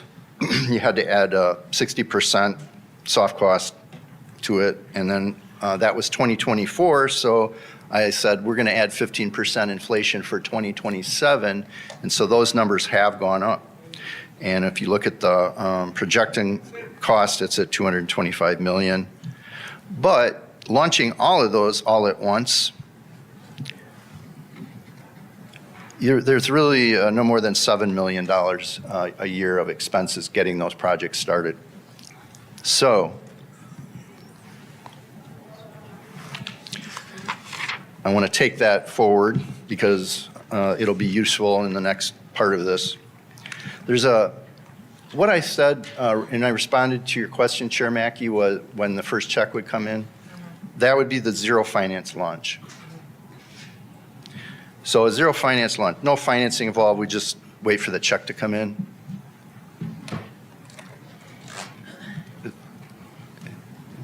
Are we okay? It will rely on a receipt of quarterly revenue from the Department of Revenue, which is expected to occur first in April of '27. The following slides show the first 2 years of revenue and expenses. The next slide indicates a 10-year performance of revenues and expenses. The 2012 carryover projects and new program projects are generating expenses within the first year. So both the carryover projects and potentially new projects would be developing costs in the first two years. Director Maloney. Yes, ma'am. Yes, sir. So we don't have those slides. I believe that's where our book ends. So I think when you talk about this very briefly, I think just to make sure that you're talking to the council about just possibilities that haven't really been discussed or going through the TPAC and going through the transportation ad hoc, and that these types of conversations will be seen in the future, but these are not decisions that will be made or expected to be made as a part of the strategic planning forum. Thank you, sir. So yes, so it's not an agenda item, and we're, it's giving you exposure to what we'll be talking about in the future. Yes, sir. Thank you, Director Maloney. Someone mentioned somewhere about the 25 million per council district. My question is, has anyone on your staff started to accumulate, put together a list of what projects are designated yet from Penny 2 for each council district? Does that list exist yet? The needs are put into districts, so we do have that. We haven't put it into what do we need to get to 25 million per district yet. There's a lot of program information that the city has too for sidewalks that they didn't explicitly state, and we have a few at the county at Public Works that we didn't explicitly state that will be programmatic to go into that. Some of those with the city may be in your district, or mostly if it's Forest Acres, then probably not. They did state some new specifically identified and scored sidewalk projects. And if those were completed, you'd be getting close, but, and if the Forest Drive undergrounding project is in your district, which I believe it is, that will certainly be a help in your specifics, but we haven't gone through because we just last week received the final booklet on scoring. And so we're kind of looking at, we could look at it in time too, now that we have that, but every year we're going to rescore, and it could adjust time a little bit on some projects as far as when they'd be launched. Well, I'd like to request, as the staff has time, to put that list together for each of the council members so they can see, as we go out and talk to community groups, hey, here's a list of, 18 million, 22 million, whatever the case is. And I know some of that is projected and not very projected, sir. Not factual yet, but at least it's something we can tell our constituents, hey, this money may be available, or we've already got the commitment for the 25 million. Yes, Although it doesn't have to stop at that, but. Yes, sir. I'm sorry. I just want to point out too, I think as we I guess, Council, when we would talk to constituents too, I want us to be mindful that, remember, as we talk about Penny 2, it wasn't like Penny 1 in the sense of a list of projects either. So I think we have in here a category for emerging needs. There could be a need that comes up, right, that we didn't name that could be in your district that there's funding to address. So I think we have to be careful when we talk about list of projects, because we made sure in this penny to be flexible to address some of those needs for safety and emergent needs as well. So I think you got to also make sure you let them know, hey, there is the way to address it, that maybe it's a project's not here yet that we don't know we need as well. I'll just third that sentiment or whatever, because it is one of the things that comes up from constituent requests. They want to know how to engage in the process, how to make sure their voices are heard. So just want to lift that up from where I'm sitting and make sure that we have a good way for the constituents to have their voices heard and for us to engage with them and let them know what to expect from this process, so that they're kind of, because neighborhood presidents will come to me and then they'll want to go back to their neighborhoods and say, this is what we can do or this is what we can't do. So I just want to make sure that we're managing that part of the process as well. Thank you. Thank you, ma'am. And Director Maloney, I know we're bumping up against the time, and I'm going to try to, let me lift my voice up and sound a bit more enthusiastic about Penny 2. So I think this is a great conversation, and one of the reasons why we didn't want to go into too much detail today, because as Penny 2 was contemplated, a lot of it was focused on flexibility. So the $25 million that you're talking about it's not an annual $25 million. It's actually over the life of the project that there will be at least this much money spent. And so you already hit on key points about things that can happen in the future. The other thing, very quickly, is for those of you who have dealt with the transportation program that's run through the COG, where they talk about how they lay out funding each year in their 5-year plan, but then they go back and look at it on an annual basis, and they look at scoring. When new projects come on or are contemplated, they're scoring annually, and projects shift and can shift on an annual basis. And I think, Director Maloney, if I could be clear on this, if you could just answer this question, based on your understanding with the scoring, from year to year, scoring could change for one project could be in year 1, could be rated the highest project, but things could happen where that same project that has not been launched and the scoring is done the following year may not still be the highest rated project. That is correct. So if a project scored, let's say a 65, I don't see that changing, that it's a 65.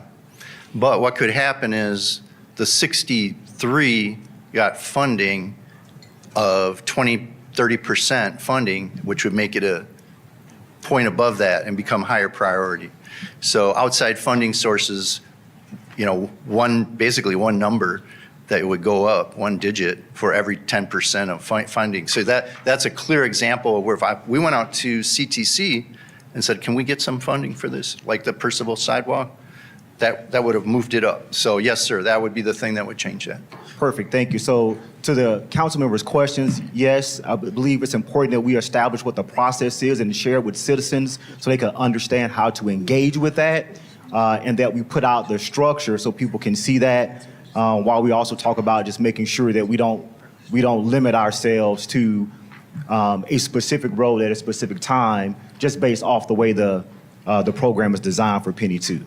So if you go ahead and wrap up, Director Maloney, and have council have any final questions, that'd be awesome. Yes, sir. So we'll just, there's nothing else we need to show at this time. Is that fair? Yes. Yes, that's fair. Okay.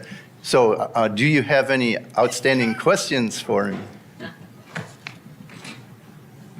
Well, we'll have more information coming up, and I sent Mrs. Shia Meyer quite a few requests for the upcoming transportation ad hoc meeting. We're requesting one. I believe it's been approved for February 10th. So that'll be a pretty big agenda, and it hopefully will, as we go through with the administration and talk more about those items, what we can bring forward and start to talk more about the next penny. Thank you. Thank you, Director Maloney.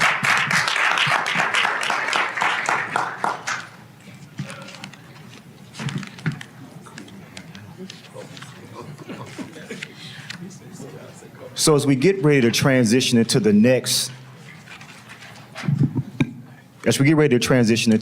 session, which I believe is the legislative update, that's going to actually be held in an executive session format. And because this is a meeting, Chair Mackey, I believe, would it be appropriate for them to take an action to call and vote for that, Attorney Wright? I took your microphone. Sorry, just want to say for the record that we will be entering executive session pursuant to South Carolina Code 30-4-70A2 for receipt of legal advice and regarding legislative initiatives and legislative update. Thank you, Administrator Brown and Attorney Wright. I'll entertain a motion to go in executive session. Move to go into executive session. Motion is second. I don't see my clerk. Oh, I'm sorry. Branham. Pugh. Yes. Little. Yes. Livingston. Yes. Weaver. Yes. I'm out of order, I know. I'm on it. Aileen. Cooper. Yes. Teratio. Aileen. Yes. Mackey. Yes. English. Yes. Newton. Okay. Yes? Yes. Yes, we are good to go. We're now in executive session. Yeah, so if everyone else, if you would just follow the program as printed, and we will look forward to seeing you all a little bit later after the lunchtime.